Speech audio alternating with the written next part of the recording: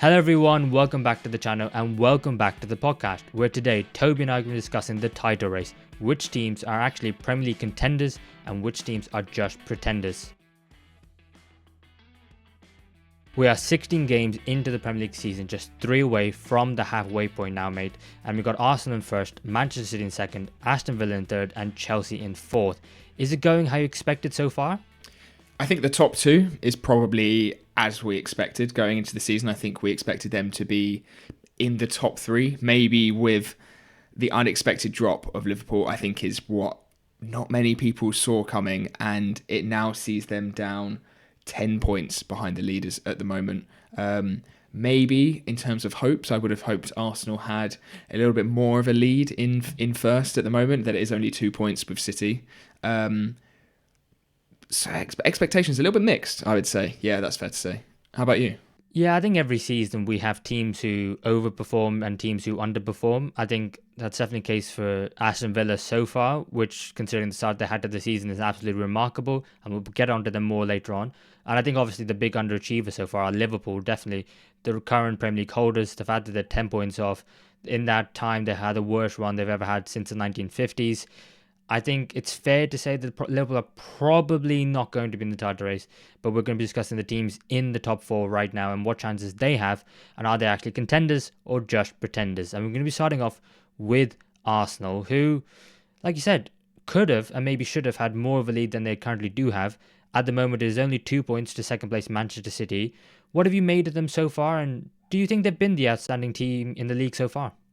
I think if you would have asked that 7 or 8 games ago, I think that would have been a pretty easy yes. It felt like Arsenal were building a lead. It looked like they were quite comfortably the best team in the league.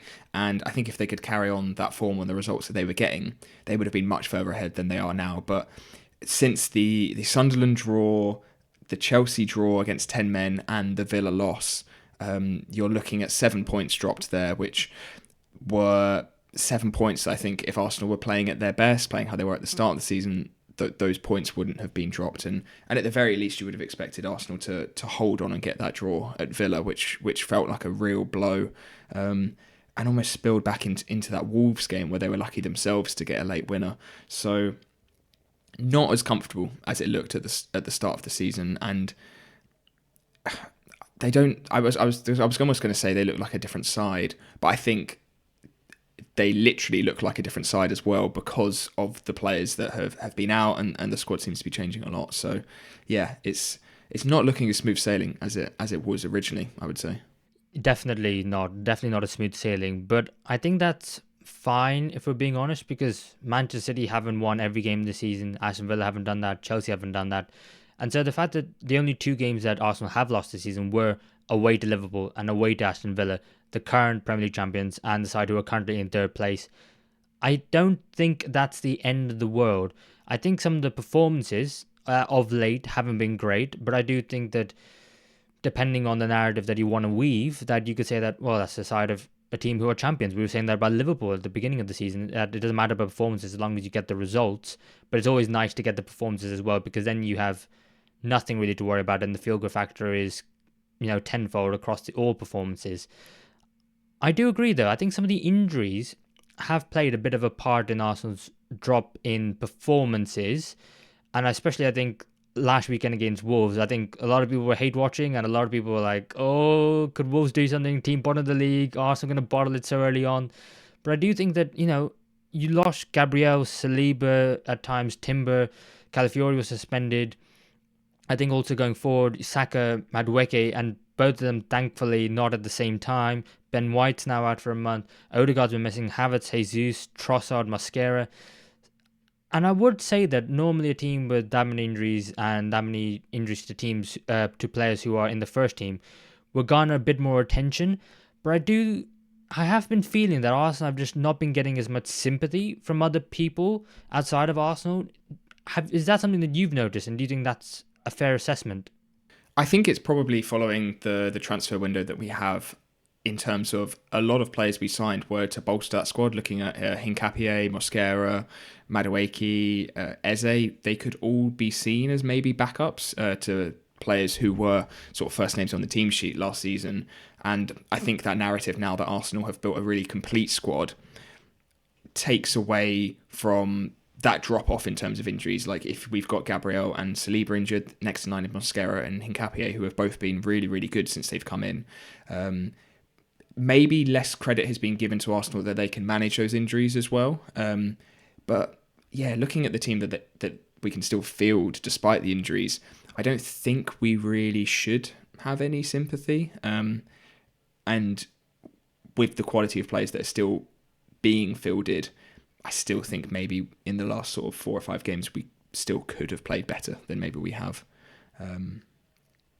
Yeah, it's not been a catastrophic drop off, and we are still picking up decent points, still playing pretty well. So yeah, it's definitely not like panic stations at the moment for Arsenal. No, I don't think so. And it's definitely far too early to be panicking when you're still winning games of football. I guess the question is really with Arsenal, because I think we all assume they have the best, well, enough quality in the first team to win the Premier League. We all think they have enough squad depth to win the Premier League. They've been there for the last 4 seasons in a row. What do you think is stopping this Arsenal side from winning the league this year, or do you think they will win it?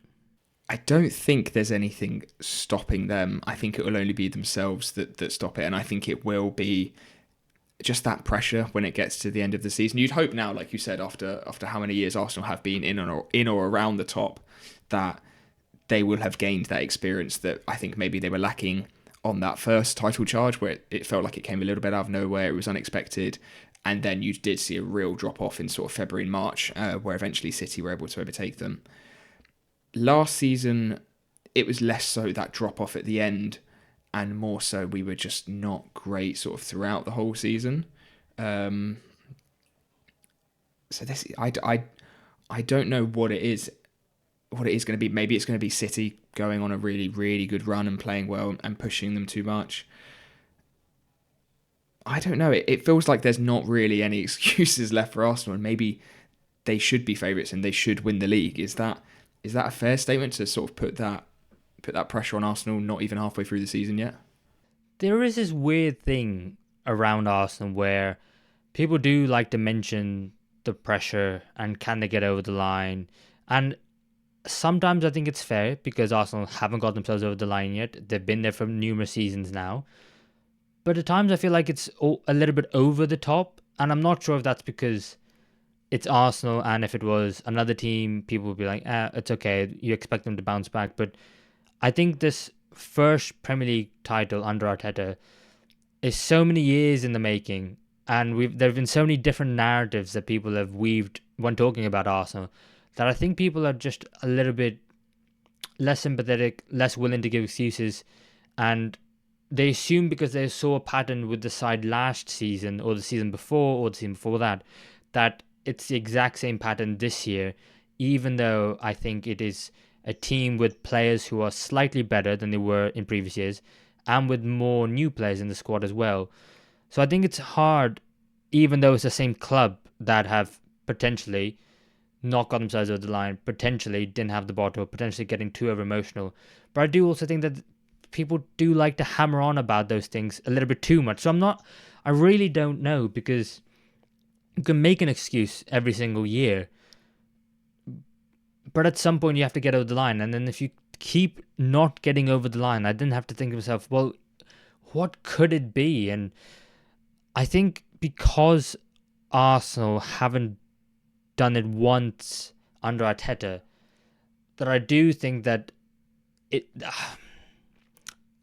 maybe they're not favourites. Maybe I'm talking myself into maybe they're not favourites, just because it is Manchester City behind them. But if it was any other team, would I say they're favourites? It's also difficult because recency bias and dropping a couple of points recently, and the performance against Wolves hasn't helped, plus all the injuries.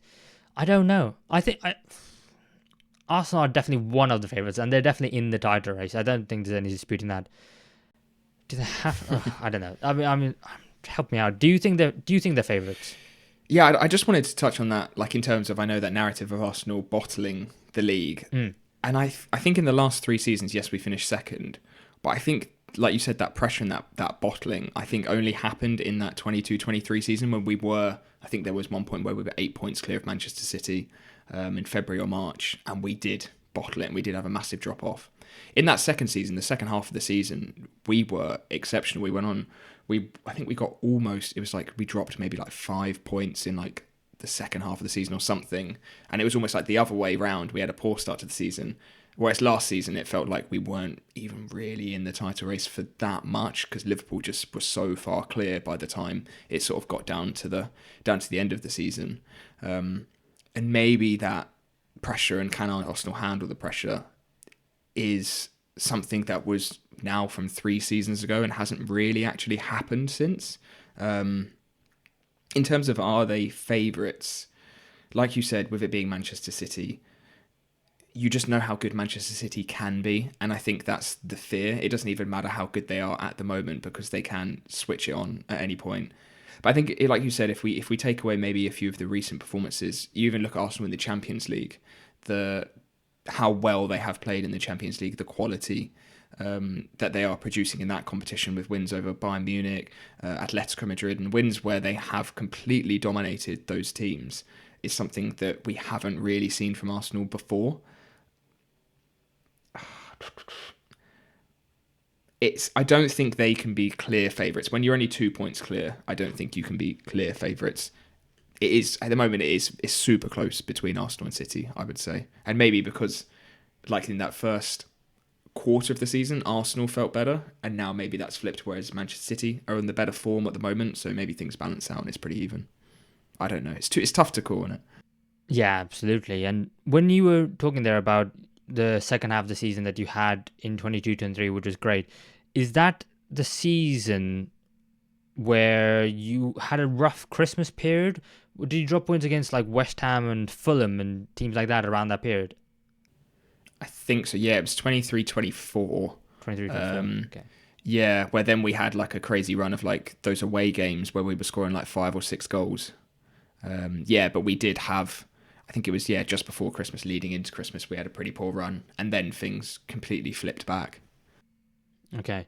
Because in terms of the Christmas period coming up, and in terms of dropping a few points recently and then almost losing and dropping points to Wolves, if we're talking about the Christmas period, are the next few games the ones where you're really looking an eye on? Because you got Everton away, you got Crystal Palace in the quarterfinals of the League Cup, you got Brighton at home, Aston Villa at home, Bournemouth away, and Liverpool at home.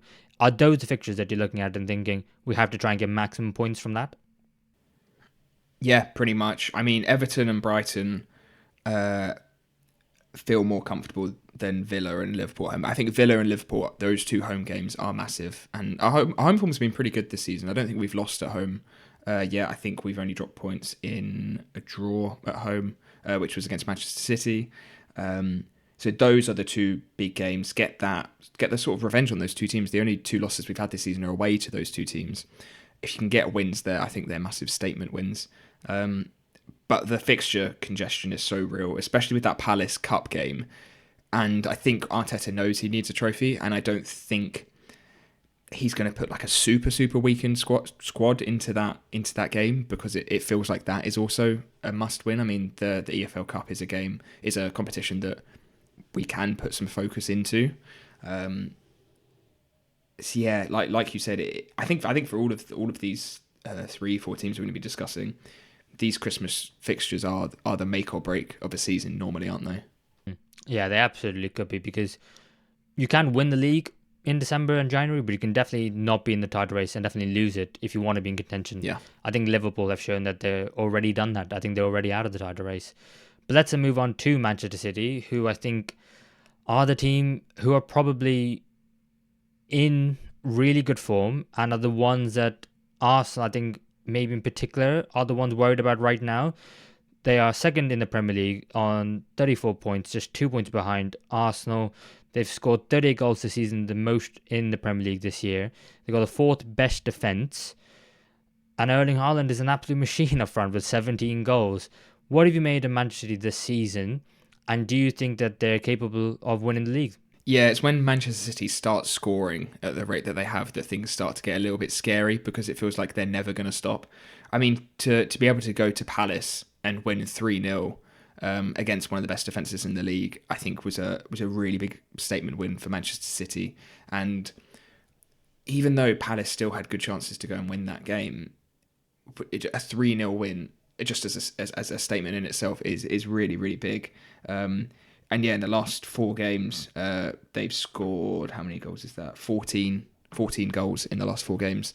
Foden's now started scoring, is on incredible form. Yeah, and as you said, Haaland is still just absolutely ridiculous with 20 goal contributions in the league after only 16 games.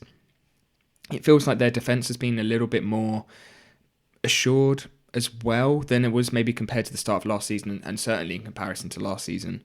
And it feels like they have that solidified back four now. So yeah, it's definitely making us Arsenal fans a little bit sweaty, I would say. And yeah, it could this be like coming up the start of one of those crazy Manchester City runs that we see? I wouldn't be surprised. No, you absolutely wouldn't be. I mean, it would be like super early on, and they would have with 22 games to go. If they want an amazing run from here, then I think you would have to put your hands up and go fair play. They are looking really, really good, aren't they? I think scoring lots of goals, like you said, keeping clean sheets now as well. And it seemed like Pep Guardiola's finally got the 11 and the team that he thinks is his best Man City side, because you often typically associate Guardiola with a lot of changing and a lot of rotating of players. And I think some of that hasn't been the case this year because they picked up injuries to some players. And I think a large part of that is also though because he's finally found a team that works and he's just sticking with it, which isn't something characteristic of a Guardiola side. And maybe he's thinking to himself that he needs to play his best team, get them in a rhythm, because it does include a few new players, because you've got the likes of Donnarumma in goal. He's coping to the Premier League quite well. I think he could do a little bit better. I don't think he's perfect just yet. You've got the two fullbacks of Nunes and O'Reilly. Nunes, I think, could be gone at, but he's doing a decent job as well at right back. Let's not discredit him for the job he's doing. I think Nico Gonzalez in the 6, in the absence of Rodri, is just... I think we saw how much Man City needed him in the game where they won against Fulham, because they were 5-1 up. As soon as you went off, they went to 5-4. I think they did lose a lot of steel and solidarity in that midfield. And then obviously you got the stalwarts of Bernardo Silva and Haaland and Foden. But also it's Ryan Cherki for me, who's he's so good. He's so silky. And the fact that I was a bit worried about him because he didn't really seem like a Guardiola type of player, but now he's actually finding his feet. I think he's got what has he got? I think he's got 1 goal and 6 assists so far this season in the Premier League. So he's definitely assisting, finding his feet, and Jeremy Doku as well, who is for them unfortunately out injured for the next couple of weeks, so maybe that could be a miss. But that 11, when you're looking at it, it's a very younger Man City side than we're used to, one that's a little bit less experienced, and they're moving to maybe a different style of football. But it is one that still retains that feeling of dominance, and they can click into gear at any moment. And it's with Man City, there is just this fear factor that I don't think any other side in the league can retain over multiple seasons, even though they were so bad last year. Yeah, and I think that is probably the difference between Arsenal and Manchester City. Is Arsenal have that side where I think teams going in feel a difficulty playing against them, but are not particularly scared of what Arsenal are going to come back at them. Whereas with Manchester City, you are just fearful of what Manchester City are actually going to do. And in the last few games, they have been doing that with abundance. And like you said, Cherki is just so good, just technically incredible. He is not, like you said, not really your Guardiola player, not really playing like one either. Seems to have been given a little bit more freedom along with Phil Foden, that they can just be trusted to really do what they feel needs to be done in the moment, and it's a lot less rigid than I think in Manchester City sides that we have seen in the past. And I think that has also sort of come out, like you said, in the way that Manchester City are just keeping things as they are. Normally we see Pep likes to keep all of his players happy and playing sort of like 20 to 25 league games a season, whereas I think Manchester City's squad is certainly not as deep as we have seen in recent seasons, and he doesn't really have the option to do that anymore. So he is just keeping those form players in there, and if they just keep carrying on this form, they're looking unstoppable. That front three of Cherki, Foden and Haaland, and to even exclude Jeremy Doku from that, who has been really good this season as well, and I think even if he was fit, there's a chance he might not even be making the starting 11 at the moment. So yeah, the attacking numbers for City are very, very, very good, and the defensive numbers for once are yeah, like you said, Nico Gonzalez pretty good as well. So what is gonna be, like we said with Arsenal, what is going to stop them from winning the league? What is it going to be with Manchester City this season? Oh God, that's a good question. I would say, and this feels like very pro Arsenal, but it is like an unbiased take because I don't support either Arsenal or City. That I do think that if Manchester City had the same injury issues that Arsenal had, that I don't think they'd be able to cope as well. I think they're all really good players that Man City have in name, but I don't think that Guardiola necessarily trusts them anymore. And I think that the players in the squad are aging on a little bit and aren't as physically imposing and don't have the legs as much anymore. So if you look at behind Diaz and Gavardio, you've got John Stones, but his injury issues are really, really annoying because he's honestly one of the best defenders in the league when he is fit. You've also got Nathan Ake, who I'm not sure how often he's fit. He's probably one that is going to be angling for a move either in January or the summer. You look at left back and they haven't really played Ryan Nori that much. I think most of his minutes came in the Club World Cup, and since then Nico Riley's just been in top form. I think Rico Lewis at right back as a backup to Mateus Nunes. I think the league at the moment doesn't really suit him because of the physicality of it and the intensity. That I think when he was in a few years prior, when he broke on the team, when he was inverting into midfield, that really suited him to a T. He was great at that. He's almost a bit more of a midfielder than a right back at the time, but now that's not quite the same. I think Kovacic, maybe he's great at ball retention and passing, but maybe he doesn't have the legs in midfield anymore. So I think there are some vulnerabilities, and I think obviously Marmoush has gone to AFCON at the moment, so it's just Haaland up front, even though Guardiola wasn't using Marmoush, but at least he had the option if he needed to. So I definitely don't think they have the depth of the squad that if they were to go far in each competition, that they could cope in every single one. That's not saying they couldn't, but my money just wouldn't necessarily be on them to do so. So yeah, I would think a massive injury crisis, drop in form of Erling Haaland, even though I do think that Foden and Shirky and the rest of the team are now stepping up as well, which was a narrative at the beginning of the season. But I would have to say injuries. I think that's the main one for City, because if they can do that and if they keep their best 11 fit for most of the season that's remaining, they are going to take some stopping. I could easily see them getting 90 points again. Yeah, I think if they can keep their squad fully fit, that there's not really many reasons why they wouldn't. But the big but, like an injury to a Haaland, a Gonzalez, or Gavardio / Diaz, I think would be a real big blow for them, and that spine for them has been really, really strong this season, and is those areas like you said where they have the least cover. I think as well, on top of that, sort of looking at the profile of players, like you said, the physicality is maybe not there, especially in their sort of midfield if they're playing.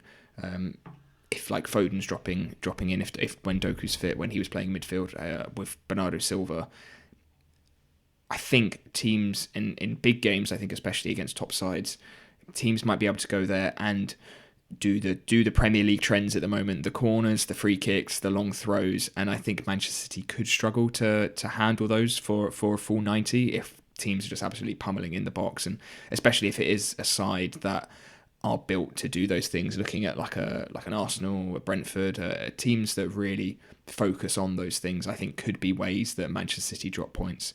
Because at times it doesn't feel like Manchester City maybe have as much control on games as they would have done sort of as a couple seasons ago.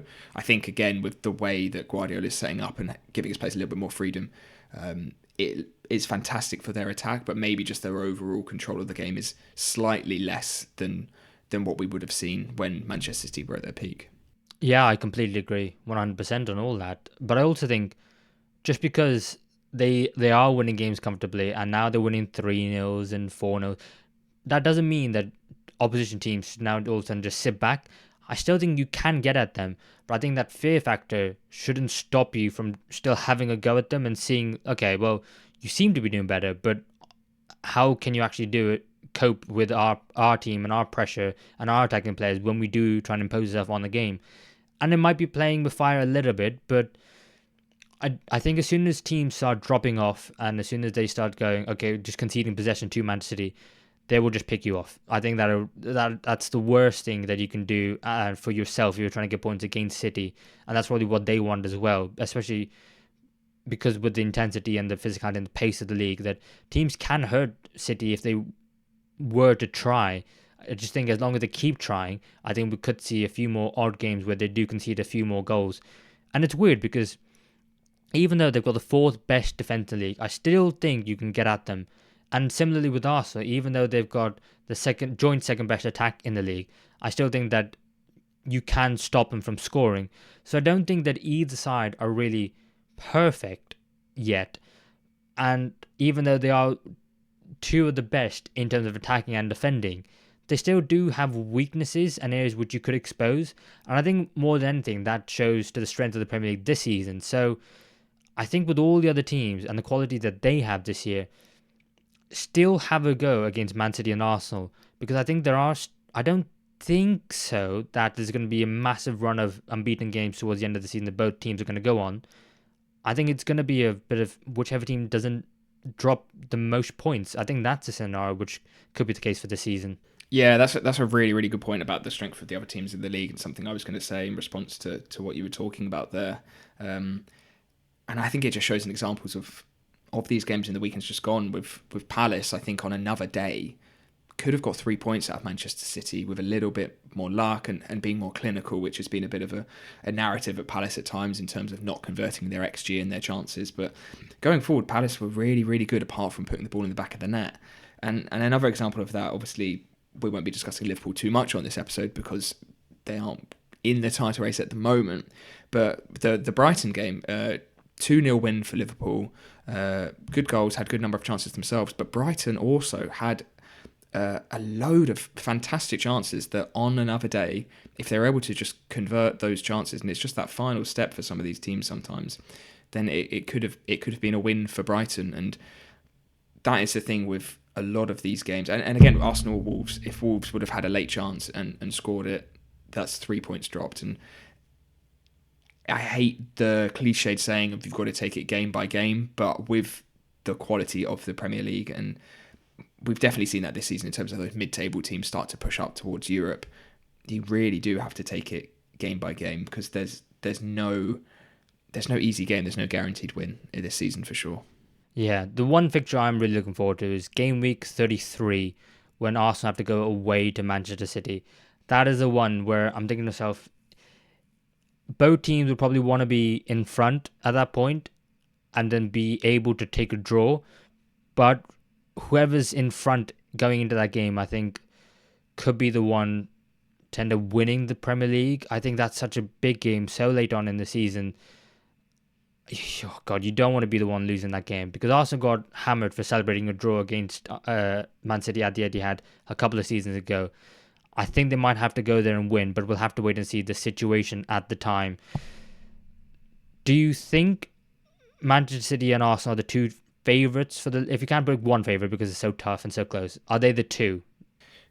I would say for me, at the moment, and I think we will probably see this even more so in 5 or 6 games times after Christmas, I think they will be the clear favourites, I would say. How about you? Yeah, I do think that it's Arsenal and Manchester City. I think it's going to be those two teams going for the title, and those are the ones that we really need to keep an eye out on. I do think, though, that with that being said, you can't discount the next team we're going to talk about, and that's Aston Villa. Purely because they're only 3 points behind Arsenal, 1 point behind Manchester City, and considering this had the start of the season where they didn't win a single one of their first 5 games, I think it would be incredibly disrespectful for us to not even consider them right now. So Aston Villa, Unai Emery, what have you made of their season so far? And do you think that they're in a chance of winning the title this year? They are the form team in the Premier League at the moment. They are picking up the most points. They have completely flipped their season around, have started looking like the Villa side that we know that they are, and the quality of the players that they have and the quality of the manager that they have in Emery. And they have had some really, really big wins. I mean, looking at that win at Arsenal, I think was the one that really got people to start look at Aston Villa and take them seriously. And now only being 3 points off first. If you would have said that, like you said, after 5 games, if you would have said they were 3 points off Arsenal, you would have thought Arsenal were maybe down in 13th or something, not top of the league. So I think to show that resilience and to completely flip the script on their season should be admired, because I think if a lot of teams, if when you're on that bad run, it's so difficult to get back to playing how you should be.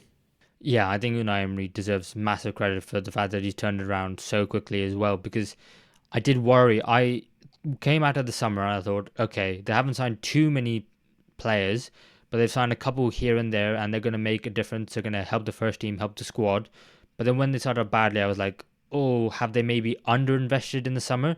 But now I think what we've seen from the last, if they've had a from the last 11 games, really, I think what we've seen is the fact that because they kept a very solid squad, this very similar squad to what they had last season, they've been able to use that knowledge that they know they're good enough based on the last few seasons, and the same players have still been there and done it, that they can go, hang on, this isn't us, we can fix this. And they've been able to go again and refine their form. And I think massive credit Unai Emery deserves, but also the Aston Villa players for not letting their heads sink and going, okay, we know this is not a big problem for us. We know we can do better than this. And I mean, since the first 5 games, the only game that they dropped points to was Liverpool away when they lost 2-0. Apart from that, they've won every single game so far. And like I said, they're formed in the league. And I think it is disrespectful to not talk about them, because I do think that maybe Aston Villa fans will not think of themselves in the title race, but at least they want to be considered for it. When I'm trying to think of reasons why they couldn't win the league, the one that's screaming out to me right now is the fact that Ollie Watkins, their only striker on the books, has only scored 3 goals this season in the league from an XG of 4.5. I think his underperformance so far this season has been one of the shames of the season, really, because I think he's a quality striker on his day. Yeah, and like you said, in terms of those expected values, they are sitting really, really low, Aston Villa, in terms of those. XG, they're 13th in the league. Expected goals against, they're 8th. And expected points, I could not believe this when I saw this, 15th. They have an expected points of only 18. And I know that takes into account sort of the XG within a game, which I don't think says as much as sort of an XG over a whole season. It is something that you can't really take from such a small sample size. It's only 90 minutes. But those season stats, yeah, 13th and 8th in terms of expected goals for and against, is a little bit concerning, and I'm not sure how sustainable this form is for Aston Villa, despite how many points they are picking up at the moment. And like you said, I think a big point down to that is Ollie Watkins' goal scoring, and maybe just Aston Villa's goal scoring overall. I mean, Rodgers is their top scorer with 5 goals, and then you're looking at Buendia and Marlon on 4, and Watkins and Cash on 3.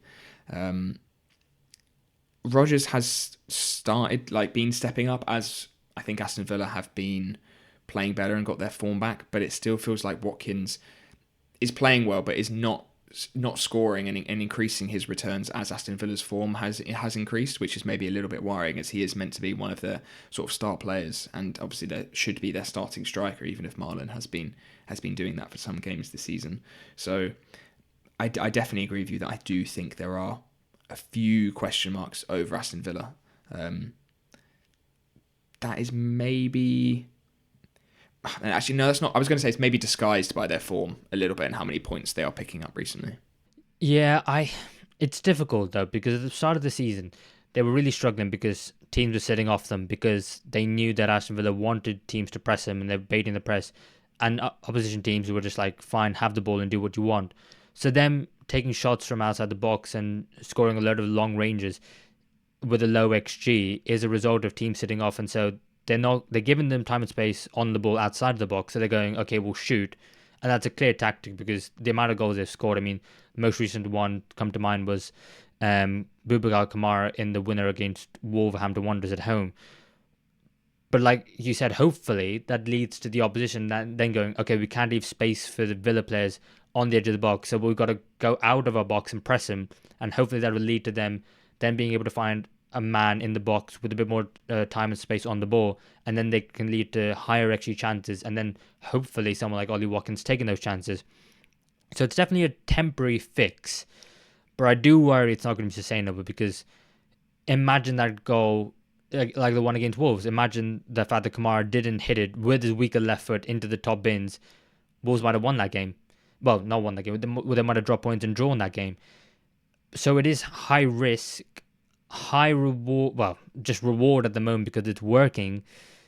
I don't think I agree with you. Don't think it's sustainable, and they're gonna have to fix it eventually. But hopefully, it's the opposition changing how they play against Villa to them maybe fall into how they want to play more often. I hope that makes sense. But yeah, I do think it won't be sustainable. But the only question is, at what point will it drop off, or will it keep going for a considerable amount, and then we might go, oh, well, they could do something. And the thing that worries me is the timing of this video. I mean, the next three for Aston Villa are Man United at home, Chelsea away, and Arsenal away. If they can somehow get, let's say, at least 6 points out of those next nine, that would be absolutely incredible. Yeah, just to touch on what you were saying about the way they're playing at the moment, I think it's really interesting because the last four games, or their last five wins, have all been only by a goal. And like you said, with that Kamara goal against Wolves, you also had that Rodgers goal against West Ham at the weekend, another long range shot. And I think that was where Villa struggled at the start of the season, is because teams were sitting deep, and we didn't see that sort of really quick build up from the back, those long balls over for Watkins to run into the space, and then the Villa attackers to join. That's why they struggled, because teams weren't allowing them to do that. Now teams are sitting deep and Villa are still picking up points. Will teams revert back to a slightly higher line, and maybe Villa will start to play how they were last season that worked so well? But now, because they're not playing like that, will that be a bad thing for them, and they'll have to almost switch back to how they were playing originally? It'll be really interesting to see, and I think that'll be more evident against sort of the lower teams in the league.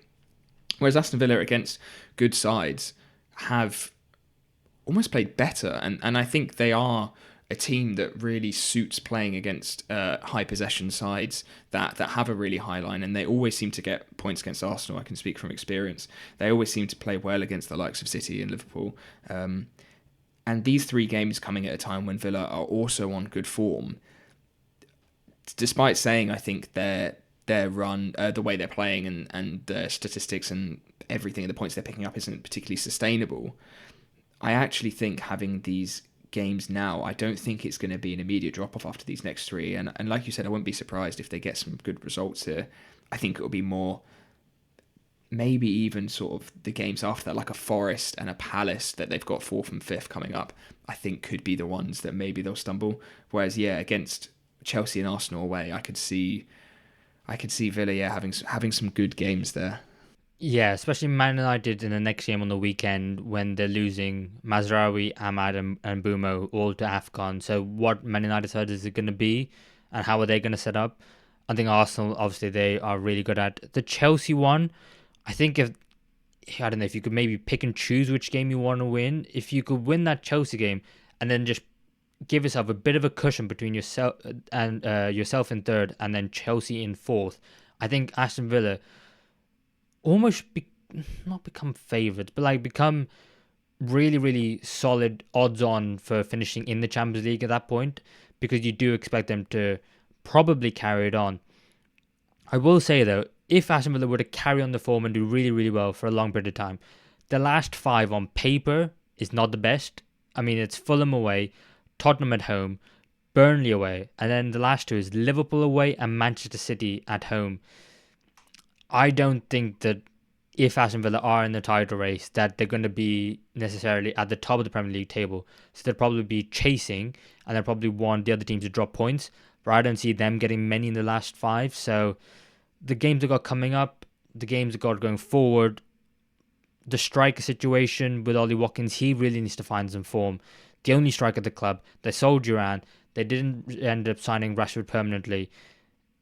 And maybe the centre-back situation, because they've got Mings, who's out injured, he's meant to be back in a couple of weeks. Pau Torres has a bit of a knock, but should be fine for Man United. But if he goes down, that's a worry. Konza seems like he's playing every single minute. And then you've got Lindelof, who didn't play too many minutes towards the back end of his career at Man United, so to play him regularly might be a bit of an issue. I just don't get the same feeling from Villa that I do with Arsenal and City, even though I think they're going to have a fantastic season this year. Yeah, their depth isn't the strongest, and as well on top of that, you've sort of got Emi Martinez, has had injury issues recently, and I think an injury to somebody like Kamara, who is having an exceptional season, would be a massive, massive blow for them. But yeah, without these hypotheticals, Aston Villa still playing fantastically. are going to have a very, very good season, even if personally I don't see them in the title race. I think they are very, very strong contenders for top four. And at the moment, they certainly deserve Champions League football the way that they're playing. And I think they will get top four come the end of the season. I just think as the season goes on, I think Arsenal and City are going to start to pull away a little bit. Yeah, and the last thing I want to say on Villa though is, and something that we haven't talked about with Arsenal and Manchester City is the January transfer window, because I think Arsenal and City have two really good squads, and unless I see a concrete rumor, which I haven't seen many of those so far, I don't think either City or Arsenal are going to be signing any players in January, and they're not going to be first team players who are going to make a difference. I do look at Villa though, and I think with only having Ollie Watkins being the out and out striker, and the situation with Harvey Elliott at the moment where they're not necessarily wanting to play him because they're not sure they want to keep him permanently, I think there could be a solution there for them to terminate Harvey Elliott's loan or do something where they don't have to keep him at the club at the moment, or they don't end up signing him in next summer, and then they use the spot that he would free up for another Premier League loan player, maybe another forward like they did with Rashford last season. I'm not sure who that would be. I'm not sure. I can't think of a name from the top of my head. But I do think that Villa are potentially ones to watch out in January, considering they did so much business last season. So I think that's one factor that we can speculate about, but I'm not entirely sure about how it's going to go because, yeah, you never. They might not end up doing anything at all.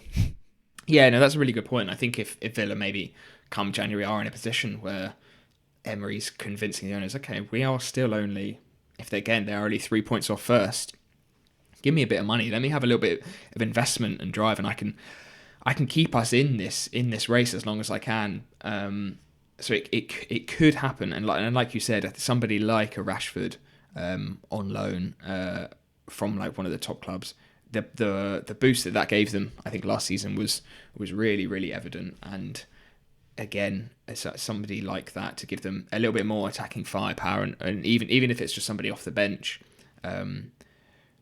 would be massive for them. And I think that, like you said, Arsenal and City have got pretty big, pretty complete squads after having pretty big windows themselves in the summer. Probably won't get too much investment, so maybe that's something that could just push Villa up a little bit and stop that gap maybe coming. Next up then is Chelsea, who are 8 points behind leaders Arsenal. They did draw against Arsenal a few weeks ago, and everyone was talking about what a fantastic side Chelsea have.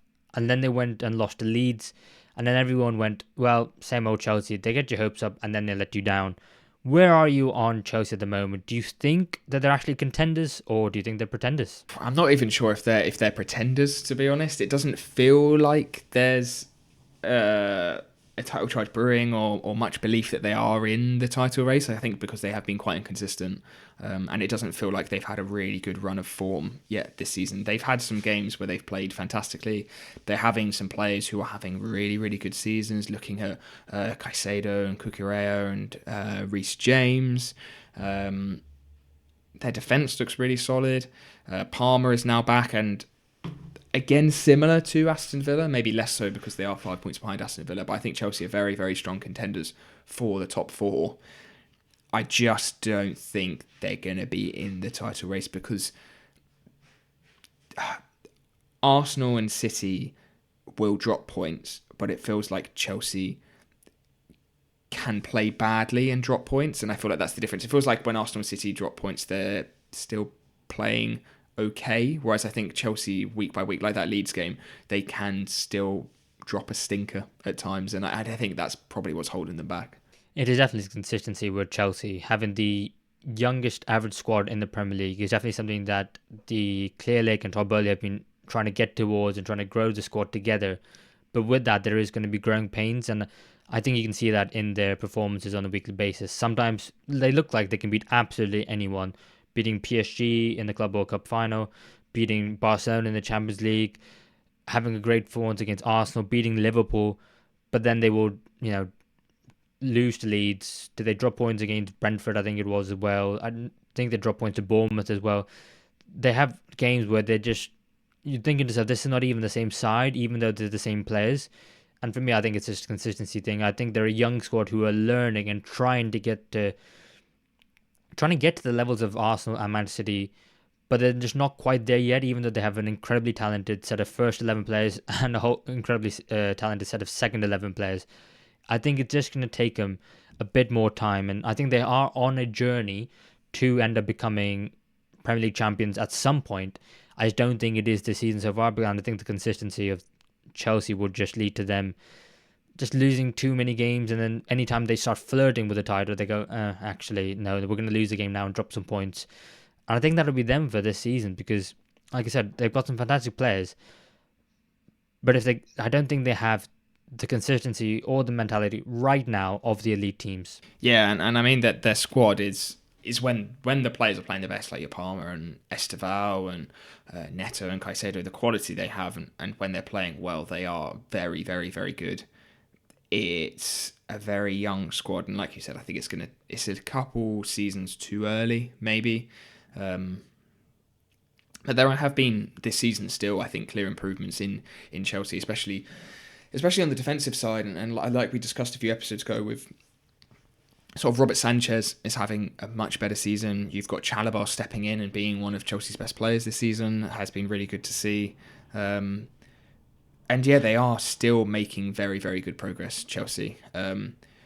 It's just Arsenal and City are a few seasons ahead in terms of their project at the moment. But if Chelsea can get a good run like Villa have at the moment, and Arsenal, City / Villa drop points at any point whilst Chelsea are still picking them up, they could get a roll going and get a lot closer. But yeah, not quite for me. Yeah, and I think the annoying thing is it feels like they shoot themselves in the foot rather than anyone else does an amazing job on them. Because against Leeds, Tosin just gives the ball away, and then Dominic Calvert-Lewin has an open goal to score into. Against Man United, Robert Sanchez, who's had a good season, gets himself sent off in the first minute. Against Arsenal, even though Chelsea were on top and could have arguably won the game, Caicedo gets himself a red card. They've got the worst disciplinary record in the league at the moment. And the fact that they just can't seem to find that consistency. I mean, João Pedro looked amazing at the beginning of the season in the Club World Cup, but now hasn't scored in the last 5 games. Liam Delap comes on after injury, then gets suspended. Now he's injured. There are just so many of these examples where I just think to myself, if they can cut all of those out, there's no reason why Chelsea can't be in the conversation. And really, it's themselves who are stopping themselves being in the conversation rather than anyone else. But in terms of the players and the football, I think the one thing that I really want to see some more consistency from Chelsea, and it's a little bit of a difficult situation because they do have some injuries at the moment, is that centre-back position. Because we have praised, like you mentioned, Robert Sanchez improving in goal, and that's great to see.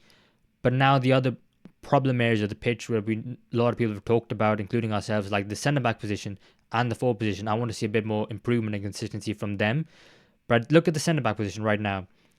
They've got 8 centre-back options, and I'm not even sure who starts on a weekly basis because they got Levi Colwill, who's out obviously with his ACL injury. They then got Axel Disasi, who's playing with the under-21s, who's still in the squad. So they've really only got 6 options. But between them, Chalobah started 15 times, Fofana 7, Tosin 5, Achapong 4, Hato 2, and Badiashile 2. They really need to find some consistency between those centre-backs and try to think about who they're going to take forward and who's going to be good for Chelsea and who needs to basically just leave the club because they're not good enough right now. And they really need to figure out who those are because the centre-back position is so important on a football pitch. Yeah, and the centre-back partnership is so important on the football pitch. I mean, you've got Chalobah having a new centre-back partner week in, week out, and I think that lack of consistency is really damaging for how he is playing personally and how Chelsea's back line is operating. And I think that's the same with Chelsea's front line as well. Like you mentioned, that it's not obvious who is going to be starting on the wings or even up front sometimes for Chelsea. It could be Garnacho, it could be Neto, it could be Esteval. You could have Palmer out there, and you could have João Pedro dropping into a 10. You could have Enzo playing in the 10 and Palmer on the wing. It doesn't feel like Maresca is happy with a really solid 11. He's got his key players, which is important, and they are starting every week and playing very well. But he's not really giving those players who are coming in and out a consistent run, and not giving those players who are really performing well other players to consistently play with. And maybe that sort of chemistry is what at times can sort of be holding Chelsea back. Because it's like the top sides, when they have a really good performing 11, we can see the same 11 week in, week out, and it works. Yeah, I think it's just going to be a case of they're going to wait for the young players to get older rather than buy those experienced players, which is probably what everyone else is thinking, and that's what Chelsea should be doing. But I think they've clearly got a model. They're going to be sticking to it, and you would think that eventually it would work in theory. The plan at the beginning definitely wasn't clear. It is a bit more now, but can they do it? We'll have to wait and see. In terms of Chelsea being title contenders, I think they probably will flirt with it like they have done already this season, but I don't think they'll be good enough to go on a run and win more games than lose. And I think they're a top four finish. I think if they got third, I think that'd be a really good season for Chelsea. What do you think about them? Do you think they're in a title race, or do you think they're just in the top four race? I think they're going for Champions League football. I think we had a similar discussion maybe about the same time in the season as last year where we were saying, are they title contenders? I think we both ended up saying probably not. But yeah, having a good season to be in the question at this moment is still really good development for Chelsea. And I think, yeah, Chelsea and Villa, very strong contenders for top four. And I think if they carry on as they are, they're both 100% good enough to get it. So what are we saying then? Are we saying that it's Arsenal and Manchester City and Aston Villa and Chelsea aren't? As boring as it is, yeah. As it's another Arsenal City title race, third one in 4 years potentially. Okay, then let's just briefly mention the teams just outside the top four. Crystal Palace, do you think they have a chance? No. I really like Palace. I think they're having an amazing season. Love watching them play. Think they're brilliant. Think they could potentially push for top four, top five, obviously depending how things go with Champions League. But looking really, really good. They are definitely in the conversation for Europe, I would say. But title race might be a bit strong. What do you reckon? Yeah, I completely agree. I think if they didn't have the Conference League this year, then they could go on a really good run in the Premier League. But I just think they've got a couple of injuries at the moment too. I think Kamada and Sarr, I'm just worried the wheels might fall off a little bit. They'll still probably have a really good season. But I think, yeah, the Conference League might hinder them a bit. So yeah, not in the title race for me. Definitely, they are in the top four race where they are at the moment. I think they've definitely earned that right to be in the top four race. What do we think of Manchester United? Same points as Crystal Palace. No Europe, are losing 3 players to AFCON this week. The 4-4 against Bournemouth, I was just like, Man United could be anything any given week, and because of that, I don't think they'll put the consistency together to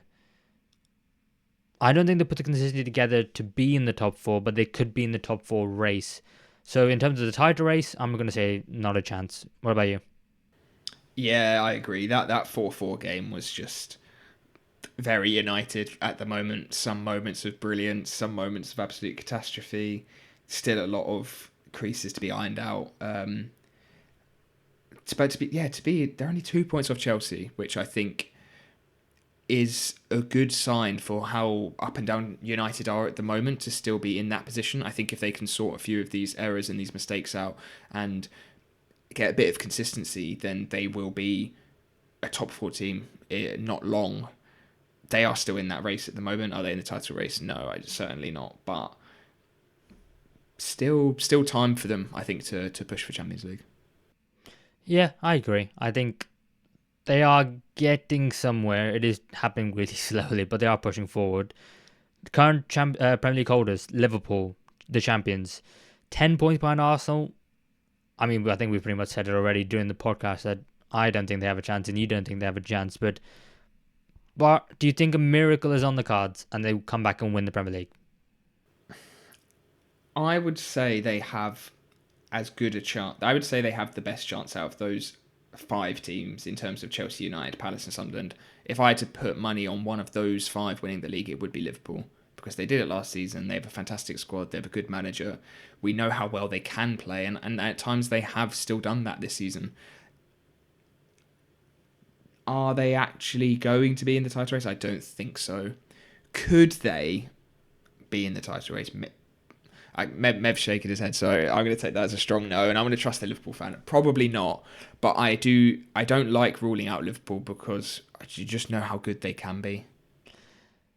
Yeah, and they do have some really good world-class players, but they'll win 2 games and lose one, and I think that's the kind of season it will be.